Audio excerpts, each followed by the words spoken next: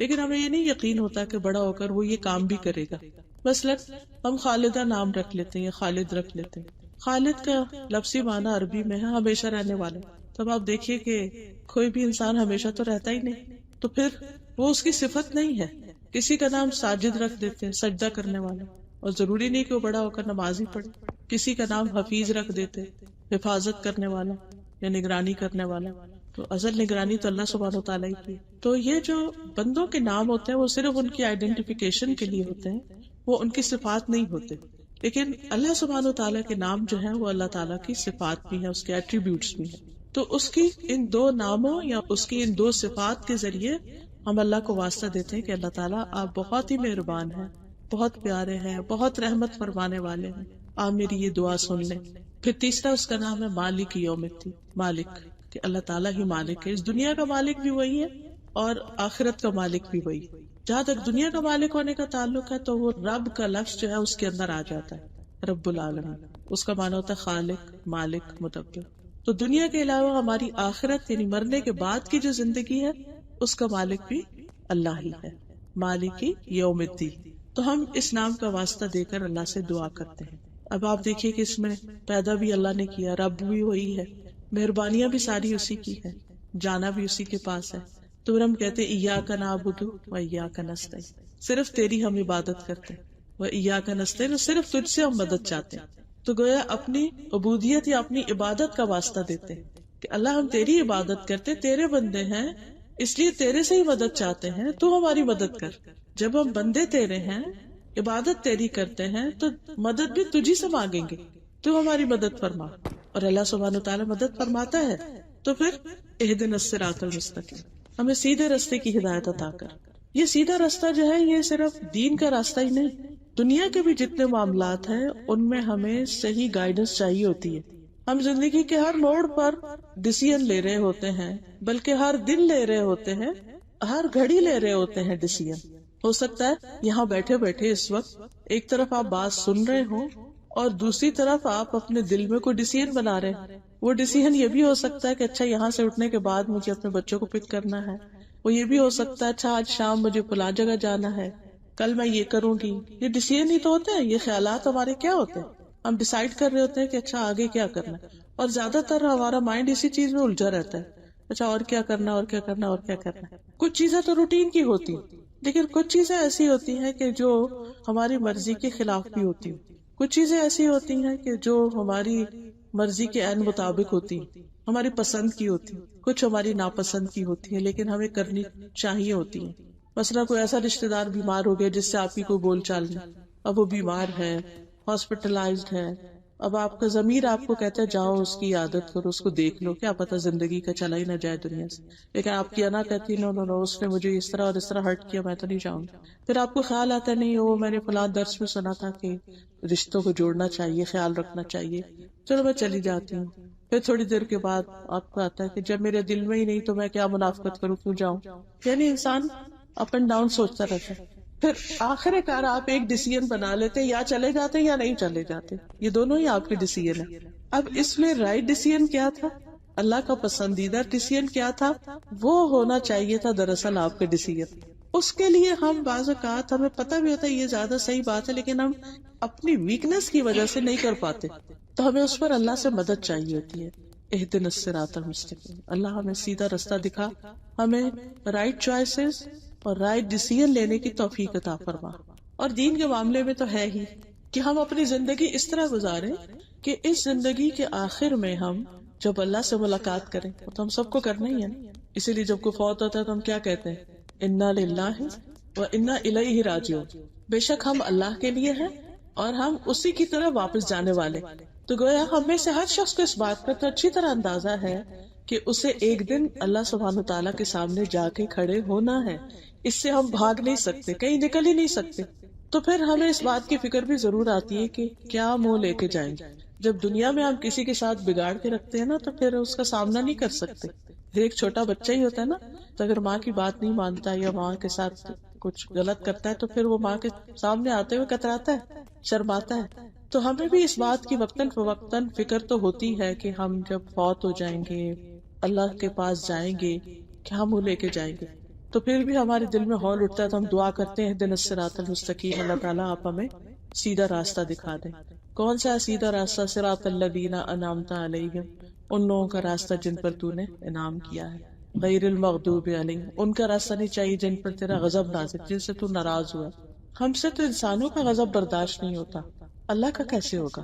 سوچئے اگر آپ کا شوہر آپ سے ناراض ہو جائے، چاہے آپ رائٹ ہی کیوں نہ ہو، چاہے وہ رانگ ہی کیوں نہ ہو، پھر بھی اس کے بعد کیا آپ کی فیلنگ ہوتی ہے؟ آپ کے پیرنٹس ناراض ہو جائیں، آپ کی بہن بھائی ناراض ہو جائیں، آپ کی اچھی دوست کوئی ناراض ہو جائے، تو وہ ناراضگی ہمارے دل پہ بڑی بوجھل ہوتی ہے۔ بندوں کی ناراضگی، بندوں کا غصہ وہ ہمیں تکلیف دیتا ہے، تو کیا اللہ سبحانہ وتعالیٰ کا غصہ ہمیں تکلیف نہیں دے گا؟ تو ہم یہ دعا کرتے ہیں کہ اللہ تعالیٰ ہمیں اپنے ناراضگی سے محفوظ رکھنا، ہم وہ کام نہ کریں جن کو دیکھ کر تو ہم پر ناراض ہو۔ تھوڑی دیر کے لیے امیجن کیجئے کہ آپ اپنے بچے کو دیکھ رہے ہیں کہ سردی کا موسم ہے اور وہ بغیر کپڑوں کو باہر نکلنے لگے، تو ایک دم آپ پیچھے سے کیا کریں گے؟ کیسے اس کو آواز دیں گے؟ ایک دم شاؤٹ کریں گے، کدھر جا رہے ہو تم، واپس آؤ، کپڑے پہنو، کچھ نہ کچھ اس کے ساتھ کریں گے۔ آپ تو اس سے اتنی محبت کرتے ہیں، آپ کیوں اس پہ شاؤٹ کر رہے ہیں؟ آپ کیوں ناراض ہو رہے ہیں؟ وائی؟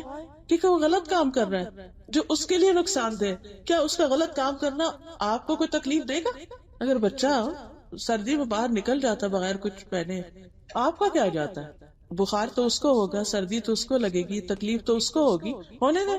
نہیں، آپ اس سے محبت کرتے ہیں، آپ کو نہیں اچھا لگتا کہ وہ تکلیف میں ہو۔ ایسے ہی اللہ تعالیٰ کی ہم مخلوق ہیں، اللہ ہم سے محبت کرتا ہے، اس کو پسند نہیں ہے کہ ہم مصیبت میں پڑے، لہٰذا وہ ہم سے ناراض ہوتا ہے اور اپنی ناراضگی کا اظہار بھی کرتا ہے۔ کچھ تو اس نے اپنے کتاب میں بتا دیا کہ کن کن باتوں سے وہ ناراض ہوتا ہے، کن کن چیزوں سے محبت کرتا ہے، اور بار بار پھر چانس بھی دیتا ہے کہ ٹھیک ہو جاؤ، ٹھیک ہو جاؤ، نہیں ہوتے ہم، الٹیمیٹلی پھر وہ سزا بھی دیتا ہے جو اس کا حق ہے۔ پھر تو غیر المغضوب، اللہ تعالیٰ ہم ایسے کام نہ کریں، اس راستے پہ نہ چلیں کہ جو اللہ کو ناراض کرے اور الٹیمیٹلی ہمارے لیے نقصان کا باعث ہو۔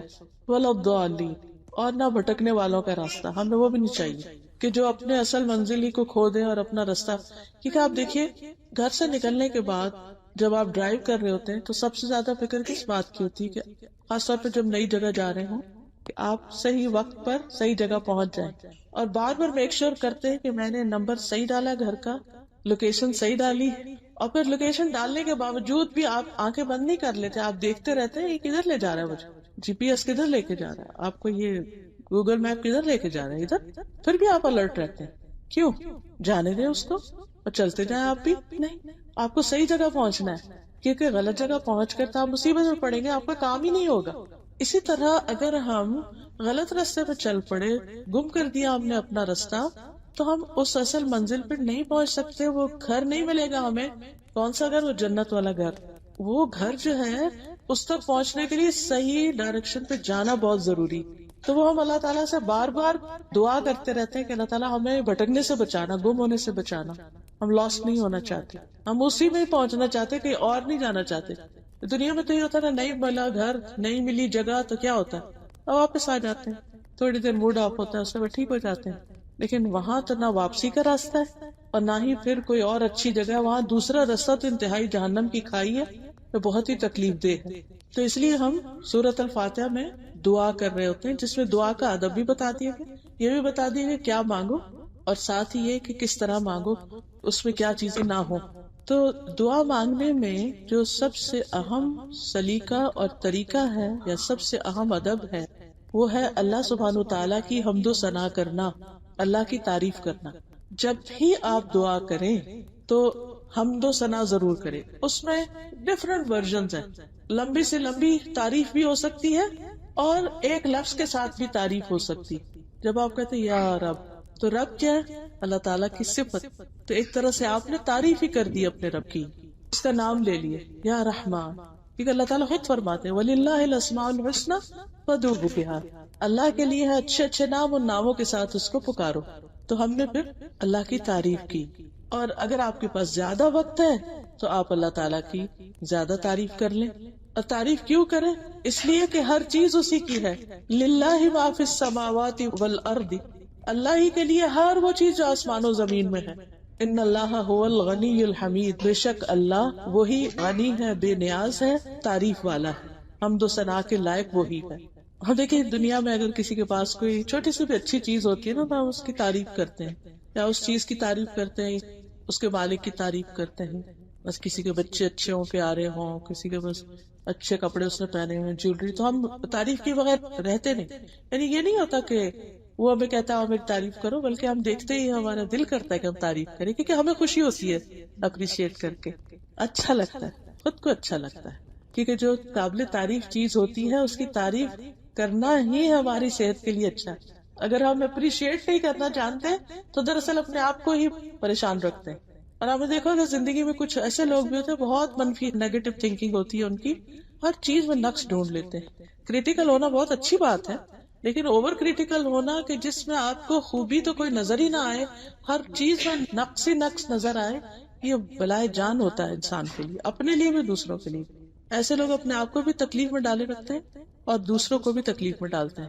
تو جس شخص کے اندر یہ عادت ہوتی ہے نا کہ وہ ہر چیز میں سے کوئی نہ کوئی بہتری کا، بھلائی کا، خیر کا، اچھائی کا پہلو نکال لیتا ہے اور پھر اس کا ذکر کرتا ہے، اس کو مینشن کرتا ہے، ایسا شخص دنیا میں خوش رہ سکتا ہے، یہاں بھی خوش رہ لیتا ہے. کیونکہ اس کی نظر یعنی وہ ایک اچیور ہوتا ہے، اس کو ایک سینس آف اچیومنٹ ہوتی ہے کہ میرے پاس ہے. اور دوسرا اس کو سینس آف لاس ہوتا ہے، وہ لوزر ہوتا ہے کہ میرے پاس کچھ نہیں. تو انسان جب اپنے پاس ملنے والی نعمتیں یا دنیا میں پھیلی ہوئی اللہ کی نعمتیں اور اچھی اچھی چیزیں دیکھتا ہے تو وہ پھر تعریف کرتا ہے اللہ کی. اور سب سے زیادہ اللہ تعالیٰ ہی اس بات کا حقدار ہے کہ اس کی تعریف کی جائے، اور اس کو پسند بھی بہت ہے. یعنی ہمارے رب کو تعریف پسند ہے، تو جو چیز ہمارے رب کو پسند ہے وہ کرنا ہمارے ہی فائدے میں ہے. مثلاً جب آپ لوگوں سے بھی ڈیل کر رہے ہوتے ہیں اور آپ کو پتا ہو ان کی پسند کیا، چوائس کیا ہے، اس کے مطابق آپ کام کرتے ہیں تو آپ کو بھی خوشی ہوتی ہے، دوسرے کو بھی ہوتی ہے. اب آپ دیکھیے کہ مثلاً حمد کا ایک ورژن یوں بھی ہے، اللہم ربنا لک الحمد ملء السماوات وملء الارض وما بینہما وملء ما شئت من شیء بعد اہل الثناء والمجد لا مانع لما آتیت ولا معطی لما منعت ولا ينفع ذا الجد منک الجد. اے اللہ، اے ہمارے رب، تیرے ہی لیے تمام تعریف ہے، آسمان بھر اور زمین بھر. اتنی تعریف کہ آسمان بھر جائے اور اتنی کہ زمین پوری بھر جائے، اور ان دونوں کے درمیان کی وسعت بھر، اور اس کے بعد جو تو چاہے اس کی وسعت بھر لے. اے تعریف اور بزرگی والے، جو تو عطا کرے اسے کوئی چھین نہیں سکتا، جس سے تو محروم کر دے وہ کوئی دے نہیں سکتا، اور نہ کسی مرتبے والے کو تیرے سامنے اس کا مرتبہ کوئی فائدہ دے سکتا ہے. دنیا میں کوئی وائٹ ہاؤس کا ہی مالک کیوں نہ ہو جائے، لیکن اس کو فائدہ نہیں دے سکتا وہ سب کچھ اللہ کے سامنے. اللہ سبحانہ تعالیٰ کے سامنے انسان کی جو عاجزی ہے اور اس کی جو عبودیت ہے اور اس کا جو اللہ کے سامنے جھکنا ہے وہ اللہ کو پسند ہے. انسان سب سے زیادہ قریب اپنے رب کے اس وقت ہوتا ہے جب وہ سجدے کی حالت میں ہوتا ہے. پھر اسی طرح اللہ سبحانہ تعالیٰ نے انسان کو جب پیدا کیا تو پہلے الفاظ جو انسان کو سکھائے یا پہلے الفاظ جو انسان کے منہ سے نکلے وہ الحمدللہ کے تھے. حضرت انس کہتے ہیں کہ جب اللہ تعالیٰ نے آدم علیہ السلام نے روح پھونکی اور روح جب ان کے سر تک پہنچی تو انہوں نے چھینک ماری اور کہا الحمدللہ رب العالمین. اللہ تبارک تعالیٰ نے ان سے فرمایا یرحمک اللہ، اللہ تجھ پہ رحم کرے. یعنی ان کو ایک طرح سے ادب سکھایا اس کا جواب کیا ہوگا. اور یہ حقیقت ہے کہ ہم نماز کا آغاز بھی اس سے کرتے ہیں، یعنی سورۃ الفاتحہ میں. پھر اسی طرح قرآن مجید میں آتا ہے وَهُوَ اللَّهُ لَا إِلَٰهَ إِلَّا هُوَ لَهُ الْحَمْدُ فِي الْأُولَىٰ وَالْآخِرَةِ وَلَهُ الْحُكْمُ وَإِلَيْهِ تُرْجَعُونَ. اور وہی اللہ ہے جس کے سوا کوئی معبود نہیں، اسی کے لیے دنیا اور آخرت میں سب تعریف ہے، اولا بھی، اول بھی اور آخر بھی، اور اسی کے لیے حکم اور اسی کی طرف تم لوٹائے جاؤ گے. پھر اسی طرح آپ دیکھیے کہ سورۃ الفاتحہ جو ہے اس میں آغاز اللہ سبحانہ تعالیٰ کی تعریف سے ہوتا ہے. اور جیسے میں نے پہلے بھی عرض کیا کہ ہم یا تعریف جو ہے اللہ تعالیٰ کو بہت زیادہ محبوب ہے. اسود کہتے ہیں میں ایک شاعر تھا، میں نبی صلی اللہ علیہ وسلم کی خدمت میں حاضر ہوا.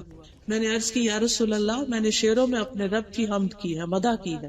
کہ ہمارے یہاں بھی وہ حمد لکھتے ہیں. فرمایا تمہارا رب حمد کو پسند کرتا ہے. رسول اللہ صلی اللہ علیہ وسلم نے فرمایا ما من شیء احب الی اللہ من الحمد. حمد سے بڑھ کر کوئی چیز اللہ کو زیادہ محبوب نہیں. یعنی جب ہم اللہ کی تعریف بیان کر رہے ہوتے ہیں تو یہ چیز اللہ تعالیٰ کو بے حد پسند آتی، بے حد محبوب ہوتی ہے. اور جو لوگ اللہ کی حمد و ثنا کے لیے اکٹھے ہوتے ہیں فرشتے ان کو گھیر لیتے ہیں. آپ نے فرمایا اللہ کے کچھ فرشتے ایسے ہیں جو راستوں میں پھرتے رہتے ہیں اور اللہ کا ذکر کرنے والوں کو ڈھونڈتے رہتے ہیں.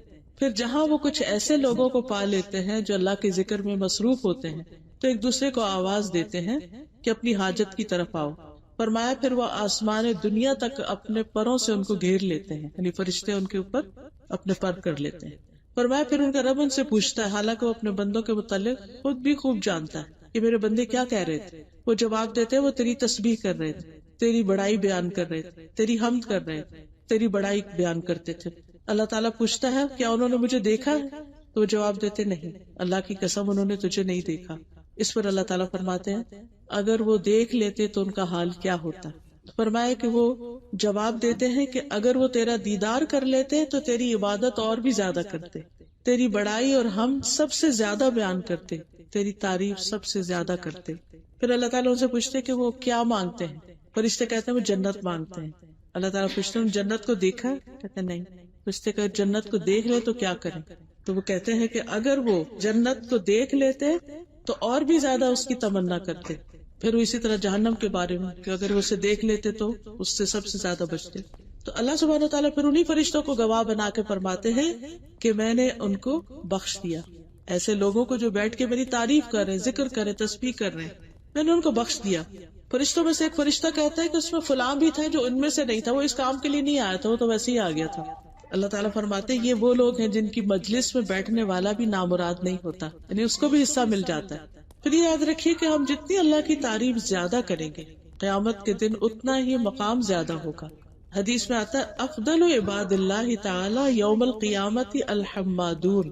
قیامت کے دن اللہ کے افضل بندے وہ ہوں گے جو کثرت سے اللہ کی حمد بیان کرنے والے ہیں. یعنی جو جتنی زیادہ تعریف کرے گا اتنی ہی زیادہ اللہ کی قربت پائے گا. پھر اسی طرح ہم اللہ کی حمد میں ایک تو کہتے ہیں نا الحمدللہ اور ایک کہتے ہیں سبحان اللہ. سبحان اللہ کا مطلب ہے اللہ تعالیٰ پاک ہے ہر عیب سے، نقص سے. اس سے اس کی حمد یا اس کی تعریف کی کمپلیشن ہوتی ہے. یعنی ایک تو ہے کہ اللہ کی تعریف ہے کیونکہ وہ ایسا اور ایسا ہے، اور ایک یہ ہے کہ اللہ تعالیٰ کی تعریف اس بنا پر کہ اس کے اندر کوئی بھی نقص اور عیب نہیں ہے.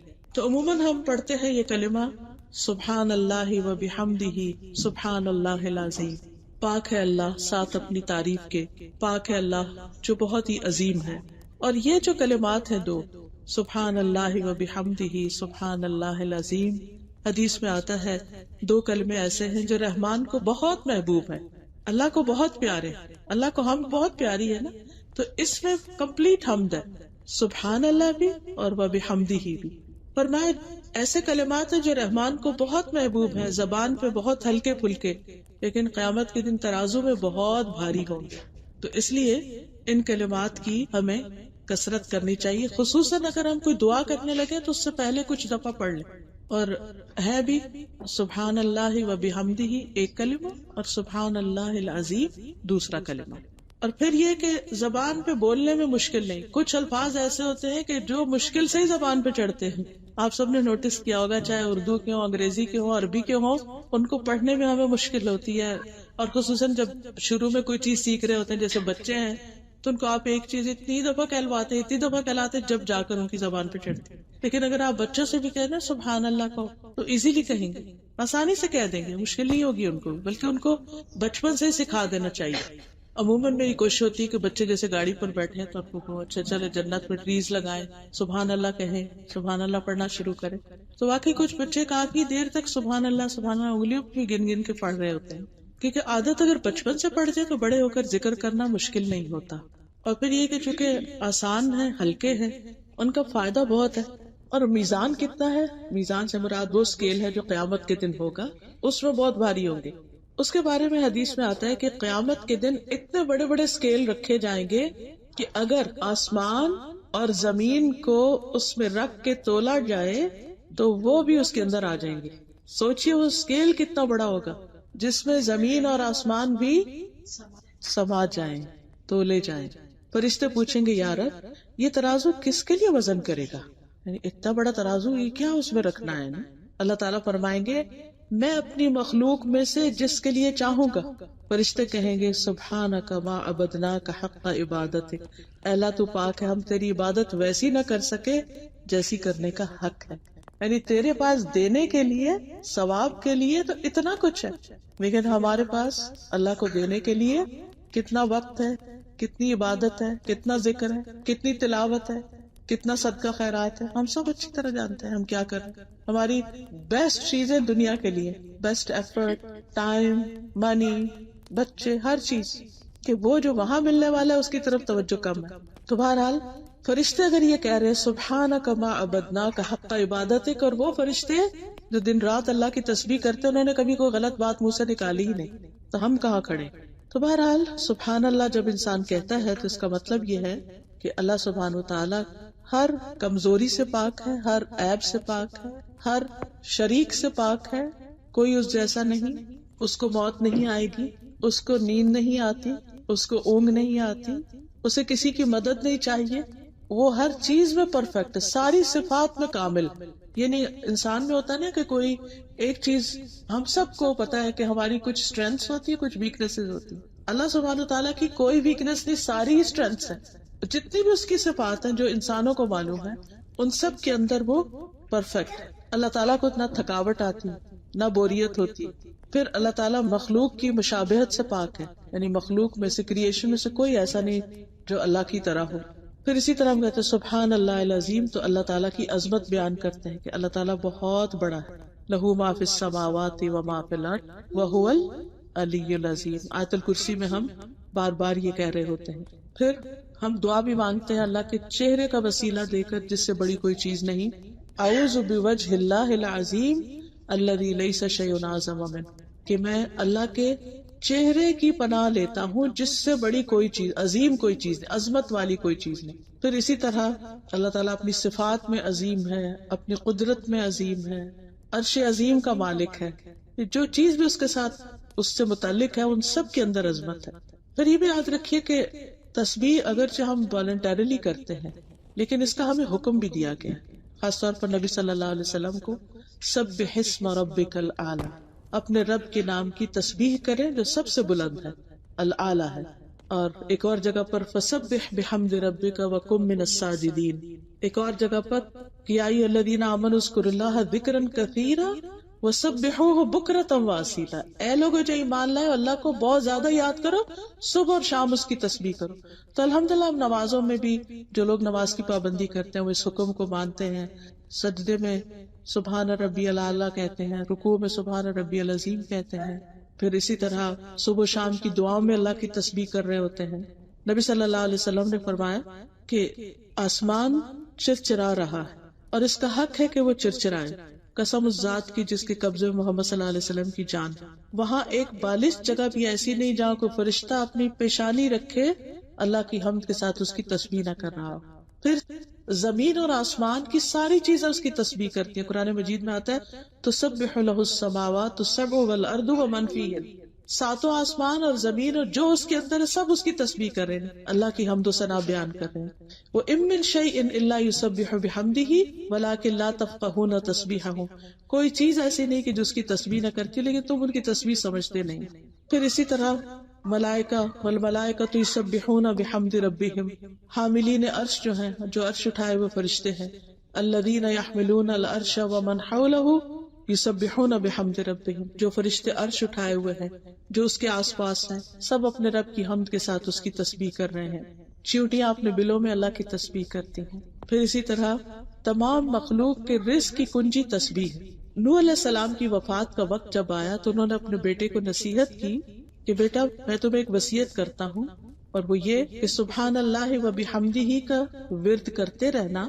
بے شک یہ ہر چیز کی نماز ہے اور اس کے ذریعے مخلوق کو رزق ملتا ہے. تو جس کسی کو رزق کی کمی کی شکایت ہو یا رزق کی تنگی ہو اس کو بھی یہ تسبیح خوب پڑھنی چاہیے.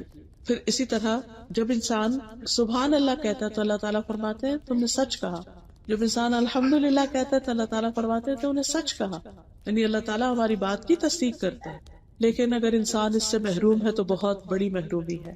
حدیث میں آتا ہے کہ جب سورج چڑھتا ہے ساری مخلوق تسبیح کرتی ہے سوائے شیطان میں سے اور اولاد آدم میں سے جو بدترین مخلوق ہیں وہ نہیں تسبیح کرتے، اس وقت سوئے رہتے ہیں۔ جب سورج نکلتا ہے تو اس وقت سونا بہت ناپسندیدہ ہے۔ آپ نے دیکھا ہوگا جو ہی سورج کی کرنیں نکلتی ہیں پرندے بولنا شروع ہو جاتے ہیں، تسبیح شروع کر دیتے ہیں، باقی مخلوق بھی تسبیح کرنے لگتی۔ اللہ کی مخلوق میں سے جو بدترین لوگ ہیں وہ اللہ کی تسبیح نہیں کرتے، باقی سب لگ جاتے ہیں تسبیح کرنے۔ پھر یہ بھی یاد رکھیے کہ یہ اللہ کا چنا ہوا کلام ہے، اور رسول اللہ صلی اللہ علیہ وسلم نے فرمایا تم لوگ اللہ کی عظمت کا جو ذکر کرتے ہو، یعنی تسبیح، تحلیل، تحمید، یہ عرش کے گرد گھومتے رہتے ہیں۔ ان کلمات کی بھنبھناہٹ ہوتی جیسے شہد کی مکھیوں کی بھنبھناہٹ، اور یہ کلمات جو ہیں اپنے ذکر کرنے والے کی وہاں یاد دلاتے ہیں۔ کیا تم میں سے کوئی نہیں چاہتا کہ اس کے لیے کوئی ایسا ہو یا ہمیشہ اللہ کے ہاں اس کی کوئی یاد دلاتا رہے؟ جب تم تسبیح کرتے ہو تو تمہارا ذکر ایک طرح سے وہاں پہنچا ہوا ہوتا ہے، اور اللہ تعالیٰ اس بندے کو پھر یاد کرتے ہیں۔ رسول اللہ صلی اللہ علیہ وسلم نے فرمایا میرا یہ کلمات پڑھنا مجھے ہر اس چیز سے زیادہ پیارا ہے جس پہ سورج طلوع ہوتا ہے۔ سبحان اللہ والحمد للہ ولا الہ الا اللہ واللہ اکبر۔ اور جب انسان یہ تسبیح پڑھتا ہے الحمدللہ میزان کو بھر دیتا ہے، سبحان اللہ الحمدللہ بھی میزان کو بھرتے ہیں، یہ جو زمین اور آسمان کے درمیان کی جگہ اس سب کو ثواب سے بھر دیتے ہیں۔ پھر اسی طرح انسان کے جہاں ایک طرف نیکیاں ملتی ہیں وہاں دوسری طرف گناہ بھی مٹائے جاتے ہیں، خطائیں مٹا دی جاتی ہیں، گناہ جھڑ جاتے ہیں۔ آپ نے فرمایا بے شک الحمدللہ و سبحان اللہ ولا الہ الا اللہ واللہ اکبر کہنے سے بندے کے گناہ اس طرح جھڑتے ہیں جس طرح درخت کے پتے۔ آپ ایک ایسے درخت کے پاس سے گزر رہے تھے جو سوکھا ہوا تھا، جیسے فال میں گرتے ہیں۔ سورج غروب ہونے سے پہلے 100 دفعہ سبحان اللہ کہنا جو ہے یہ 100 اونٹوں سے بہتر ہے، یعنی انسان کو 100 اونٹ مل جائیں اس دولت سے بڑی دولت ہے اگر کسی کو توفیق ہو جائے کہ عصر کے بعد 100 دفعہ سبحان اللہ کی تسبیح کر لے۔ پھر اسی طرح سارے جوڑوں کا صدقہ ہے سبحان اللہ پڑھنا، الحمدللہ پڑھنا، یہ سارے جوڑوں کا صدقہ جو کہ ہر روز ہمارے جسم پر لازم ہوتا ہے۔ پھر اسی طرح انسان اپنے اس ذکر کی وجہ سے باقی سب لوگوں سے درجوں میں آگے چلا جائے گا، جس کا درجہ جتنا زیادہ ہوگا۔ پھر یہ بھی یاد رکھیے کہ دل کی گھٹن اور تنگی کا علاج ہے یہ۔ جب انسان کا دل اداس ہو، پریشان ہو، غم ہو، فکر ہو، خوف ہو، تو اس وقت انسان کو یہ تسبیح پڑھنی چاہیے۔ رسول اللہ صلی اللہ علیہ وسلم نے فرمایا جو شخص رات سے خوف کھائے کہ وہ اسے پریشان کرے گی، یا مال خرچ کرنے سے بخل کرے کہ اتنا نہیں ہے کہ وہ صدقہ کرے، ہے بھی تو دے نہیں پاتا، یا دشمن سے مقابلہ کرنے سے ڈرے، تو چاہیے کہ وہ اس قول کی کثرت کر دے سبحان اللہ و بحمدہ، یعنی ان ساری چیزوں کو کمپنسیٹ کر دی۔ تسبیح دن کے کسی بھی وقت کی جا سکتی ہے، لیکن خصوصاً صبح اور شام، اور صبح اور شام کے اذکار کے شروع میں۔ پھر نمازوں میں اور نمازوں کے بعد 33 دفعہ سبحان اللہ، 33 دفعہ الحمدللہ، اور 34 دفعہ اللہ اکبر، یا لاسٹ ٹائم 33 کے بعد لا الہ الا اللہ وحدہ لا شریک لہ لہ الملک ولہ الحمد وہو علی کل شیء قدیر۔ اور ہر نماز کے بعد جو ان کلمات کو پڑھتا ہے وہ کبھی محروم نہیں ہوتا، یعنی اس کے لیے خیر و بھلائی لکھتی جاتی ہے۔ پھر اسی طرح مجلس کے اختتام پر بھی بات ختم کرتے ہوئے اللہ کی تسبیح کرنی چاہیے۔